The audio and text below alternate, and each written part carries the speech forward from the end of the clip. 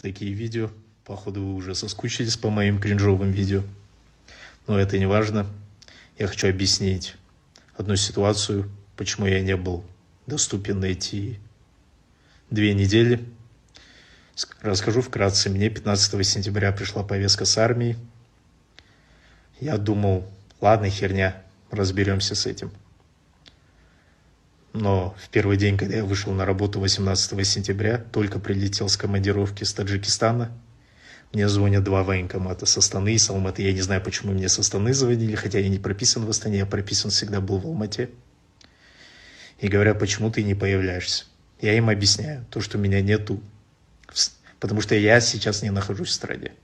Они в это не поверили и начали охоту за мной. Потому что почему? Потому что я сын Борисова Айбека. Дальше. После этой всей ситуации я объяснил все своей семье. Они мне сказали улететь с Астаны на несколько дней. И чтобы я ни с кем не контактировал, потому что, возможно, мой телефон прослушивали в то время. И я не хотел вообще своих близких, своих друзей вообще вставить в этот большой риск. Потому что они могли бы шантажировать этим мной. И после этого я вернулся в Алмату, потому что мне объяснили то, что эту ситуацию все решили.